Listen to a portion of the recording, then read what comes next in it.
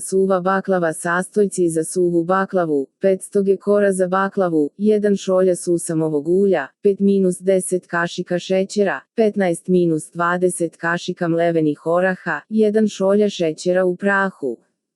Suva baklava se priprema na sledeći način: na ravnu radnu površinu staviti 1 koru, namazati mešavinom ulja i vode, preko staviti drugu koru, namazati istom mešavinom i isto ponoviti sa 3. korom.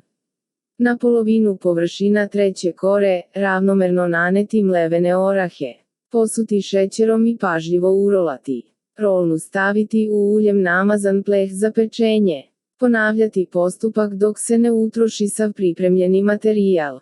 Peći u zagrejanoj rerni na 180-200 stepeni dok gornji sloj ne dobije zlatno-žutu boju.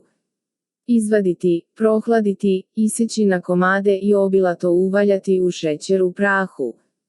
Za najnovije recepte kliknite subscribe, like i zvons, svaki dan najnoviji recepti, zato nas zapratite.